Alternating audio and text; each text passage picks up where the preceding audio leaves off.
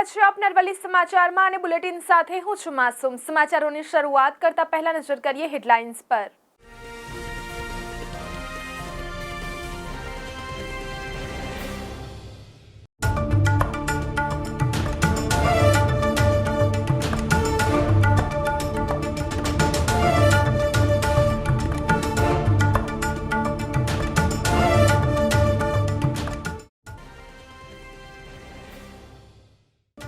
काशी हरिद्वार अयोध्या गयाजू सहितना स्थळोए जती ट्रेन हाउसफुल। श्राद्ध कार्य पिंडदान करवा माटे तीर्थस्थानोमां भीड़।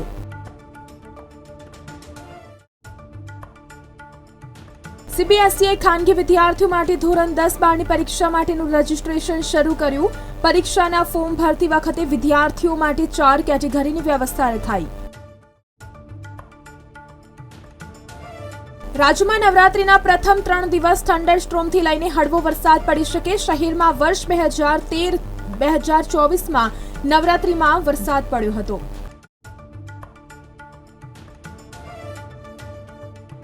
ચોમાસું લંબાવાની શક્યતા। 21 થી 24 સપ્ટેમ્બર વરસાદી ઝાપટાથી લઈને હળવા વરસાદની શક્યતા।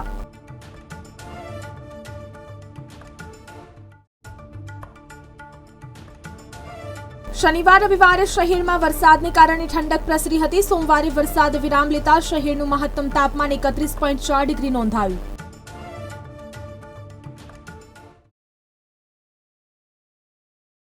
साबरकांठा जिल्लामां हिम्मतनगर मोतीपुरा पासे 4 दिवस अगाऊ आर्मीना जवान तेमज पोलीस वच्चे थયેल घर्षण मामले हिम्मतनगरमां भारे विरोध साथे केटलाक व्यक्तिओ द्वारा मोतीपुरा पोलीस चौकीमां तोड़फोड़ सहित भारे विरोध नोंधावता पोलीसे सर्वेलन्स सहित एलसीबी एसओजी सहितनी टीमोए तत्वोनी ओळख करवानी शरू करी छे। साथे चौकीमां तोड़फोड़ करनार असामाजिक तत्वो विरुद्ध फरियाद नोंधवानी तजवीज ए डिविजन पोलीस मथके हाथ धरी छे। गाड़ीना ब्लेक फिल्म मामले आर्मी जवान अने पोलीस वच्चे थयेली मारामारी तेमज आर्मीना जवान सामे फरियादने लईने गुजरातभરના माजी सैनिकोनी एक मांगणी साथे रेली નીકળી હતી અને આવેદનપત્ર કલેક્ટરને આપી। ત્યારબાદ જિલ્લા પોલીસ વડાને આવેદનપત્ર આપ્યું હતું અને સામાન્યપણ રીતે પોતાની માંગણીઓ સહિત ન્યાય માટે વિરોધ પ્રદર્શન કરવું યોગ્ય છે। જો કે સરકારી માલસામાન સહિત મિલકતને નુકસાન પહોંચાડવું અતિ ગંભીર ગુનો બનતો હોય છે। સાથોસાથ માજી સૈનિકોની રેલી તેમજ ઉગ્ર વિરોધ પ્રદર્શનમાં તકનો લાભ ઉઠાવી કેટલાક અસામાજિક તત્વો કાયદો અને વ્યવસ્થા તોડવાનો પ્રયાસ પણ કરતા હોય છે। ત્યારે હિંમતનગરમાં નિવૃત્ત સૈનિક સંગઠન સહિત યશપાલસિંહ ઝાલાના સમર્થકોએ ગતરોજ તેમજ સમર્થનમાં સમગ્ર હિંમતનગર શહેરને બાનમાં લીધું હતું તેમજ વિવિધ વિસ્તારોમાં થઈ કલેક્ટર કચેરી અને જિલ્લા પોલીસ વડાની કચેરી ખાતે રેલી સ્વરૂપે આવેદનપત્ર આપી પોલીસ કર્મીઓ વિરુદ્ધ કાર્યવાહીની માંગ સાથે યશપાલસિંહ ઝાલા સામે નોંધાયેલ ફરિયાદ રદ કરવા ઉગ્ર વિરોધ નોંધાવ્યો હતો। જો કે સવારથી શરૂ થયેલો ઉગ્ર વિરોધ સાંજના સમયે તોડફોડ સુધી પહોંચ્યો હતો। સાથે મોતીપુરા વિસ્તારની પોલીસ ચોકીમાં તોડફોડ બાદ અફરાતફરીનો માહોલ સર્જાયા બાદ જિલ્લા પોલીસ કાફલો ઘટના સ્થળે ખડકી દેવામાં આવ્યો હતો તેમજ તેમના સમર્થનમાં કરવામાં આવેલ તોડફોડ સહિત કાયદો અને વ્યવસ્થા તોડનાર વ્યક્તિઓની ઓળખાણ સહિત ફરિયાદની કાર્યવાહી હાથ ધરવામાં આવી છે। જિલ્લાના વડામથક હિંમતનગર ખાતે સાબરકાંઠા સહિત ગુજરાત રાજ્યમાંથી નિવૃત્ત સૈનિક સંગઠનના કર્મીઓ વિરોધ પ્રદર્શન સહિત રેલીમાં જોડાયા હતા।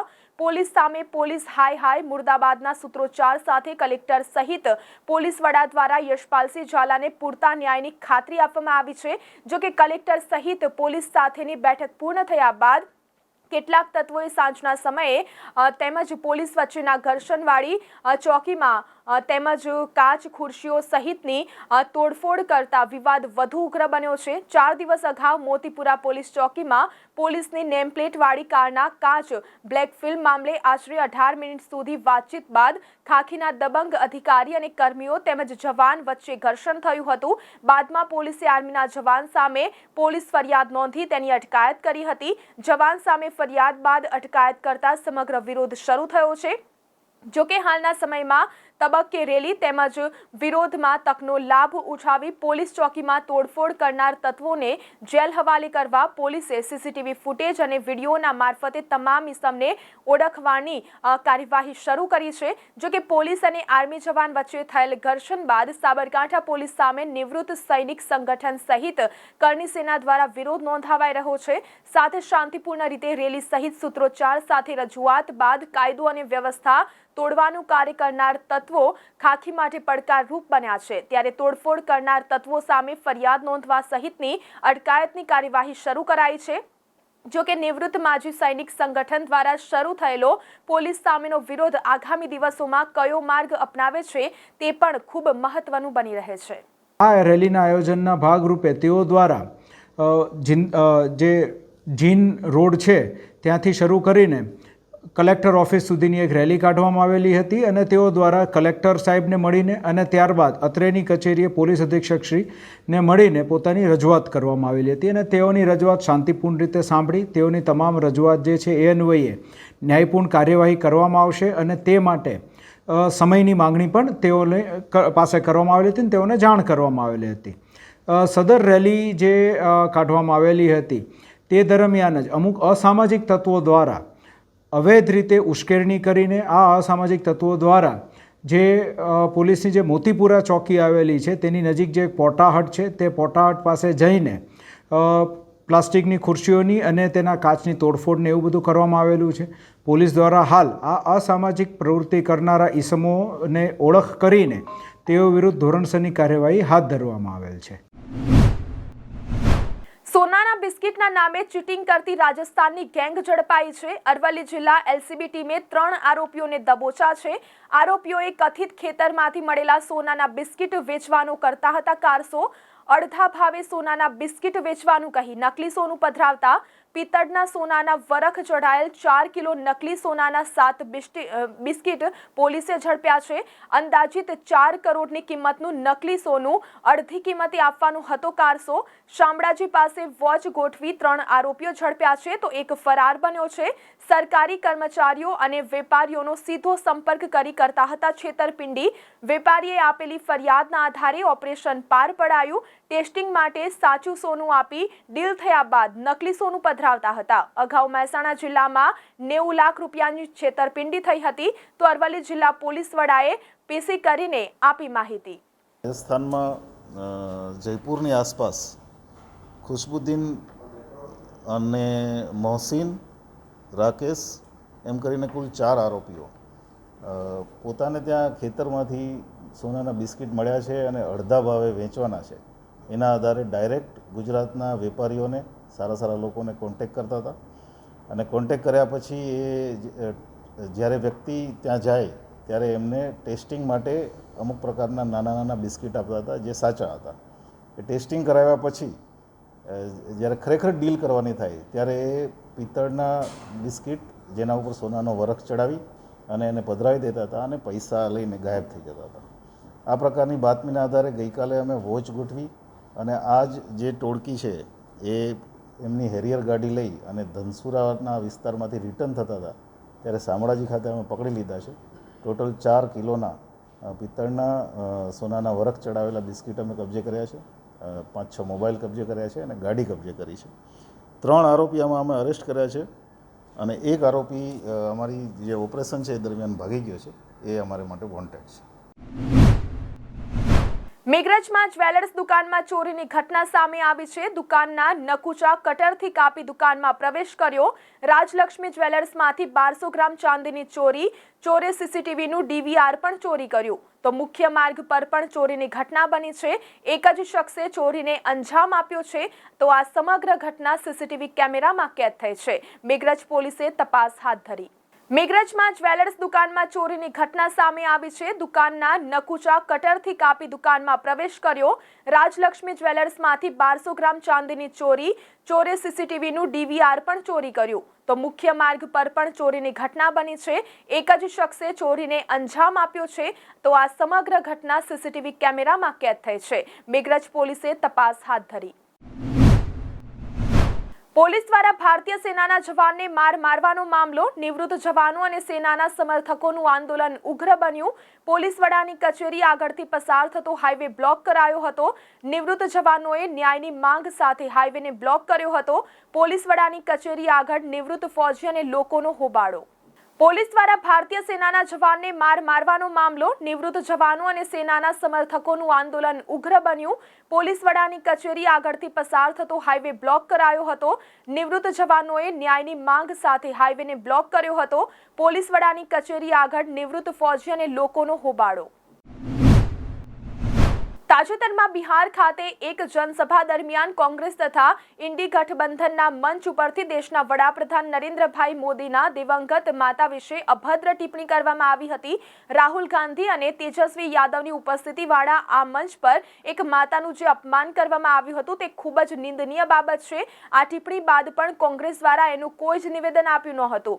આનાથી જ કોંગ્રેસની માતૃશક્તિ વિરોધી માનસિકતા છતી થાય છે. વડાપ્રધાન નરેન્દ્રભાઈ મોદીના સ્વર્ગવાસી માતા, જેનો કોઈ જ રીતે સક્રિય રાજકારણમાં નથી, તેમ છતાં તેમના માટે અભદ્ર શબ્દો ખૂબ જ શર્મનાક છે. માતા વિશે અભદ્ર ટિપ્પણીના વિરોધમાં બાયડ ખાતે ભારતીય જનતા પાર્ટીના બાયડ શહેર સંગઠન તથા બાયડ તાલુકા સંગઠન દ્વારા મહિલા મોરચાની આગેવાનીમાં ધરણા કરી બાયડ મામલતદારને આવેદનપત્ર આપવામાં આવ્યું હતું.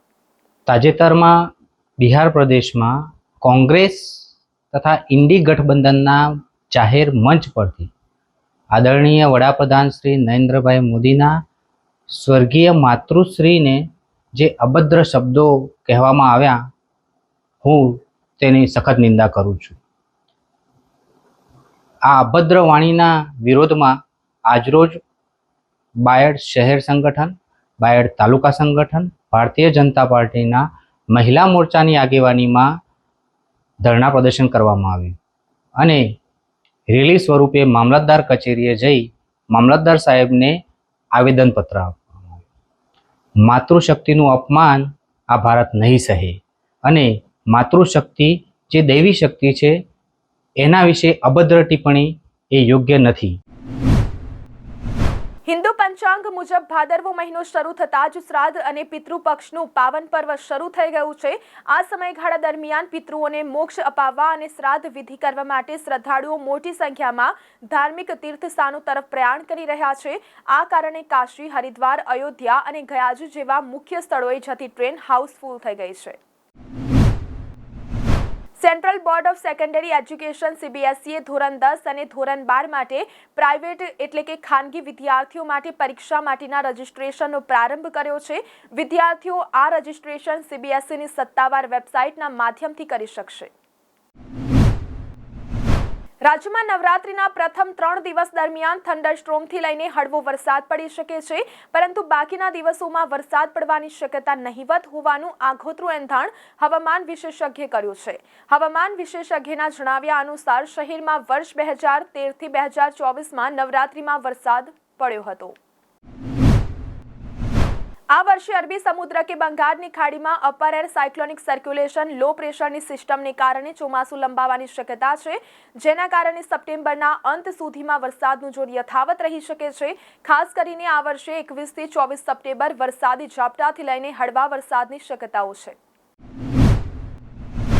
શનિવાર રવિવારે શહેરમાં વરસાદને કારણે ઠંડક પ્રસરી હતી. જોકે સોમવારે વરસાદે વિરામ લેતા શહેરનું મહત્તમ તાપમાન 31.4 ડિગ્રી નોંધાયું હતું. એટલે કે એક જ દિવસમાં તાપમાનમાં ફરીથી 3.7 ડિગ્રીનો વધારો થયો હતો, જેના કારણે વાતાવરણમાં ગરમી અને બફારાનું પ્રમાણ વધ્યું હતું. હજુ 24 કલાકમાં શહેરમાં વરસાદી ઝાપટાની શક્યતાઓ છે. સામાન્ય રીતે રાજ્યમાં 22 સપ્ટેમ્બરની આસપાસ ચોમાસું વિદાય લેતું હોય છે, પરંતુ હાલની હવામાનની સ્થિતિને ધ્યાનમાં રાખીને 15 સપ્ટેમ્બર બાદ રાજસ્થાનના વિવિધ ભાગોમાંથી ચોમાસું ક્રમશઃ વિદાય લે તેવી શક્યતાઓ છે. જ્યારે અમદાવાદ સહિત રાજ્યમાં ચોમાસું સપ્ટેમ્બરના અંત સુધી લંબાઈ શકે છે, જેને પગલે આ વર્ષે 20 થી 24 સપ્ટેમ્બર છૂટાછવાયા ઝાપટા અને ગાજવીજ સાથે વરસાદ પડી શકે છે. હવામાન વિશેષજ્ઞના અનુસાર છેલ્લા 2 વર્ષથી ચોમાસાની પેટર્નમાં ફેરફાર થયો છે, જેના કારણે નવરાત્રીમાં વરસાદ પડી રહ્યો છે. આ વર્ષે પણ અરબી સમુદ્ર અથવા બંગાળની ખાડીમાં અપર એર સાયક્લોનિક સર્ક્યુલેશન અને લો પ્રેશર સિસ્ટમ સક્રિય થતા 2023-24માં નવરાત્રી દરમિયાન હળવોથી મધ્યમ વરસાદ પડ્યો હતો. આ વર્ષે પણ આ સિસ્ટમ સક્રિય છે. દેવ ડેમના પાણી છોડવાના કારણે ઢાઢર નદીમાં પાણી વધતા કાંઠા પરના ડભોઈ તાલુકાના 14 ગામોમાં ખેતીમાં મોટા પાયે નુકસાન થયું છે. આ સિઝનમાં 3 વાર પૂર આવવા છતાં હજુ સુધી કોઈ ખેતીવાડી અધિકારી તપાસમાં આવ્યા નથી. અધિકારીઓ તપાસ કરીને ખેડૂતોની નુકસાન ભરપાઈ આપે તેવી માંગ ઉઠી છે. તો આ સાથે બુલેટિનમાં અત્યારે બસ આટલું જ. નમસ્કાર.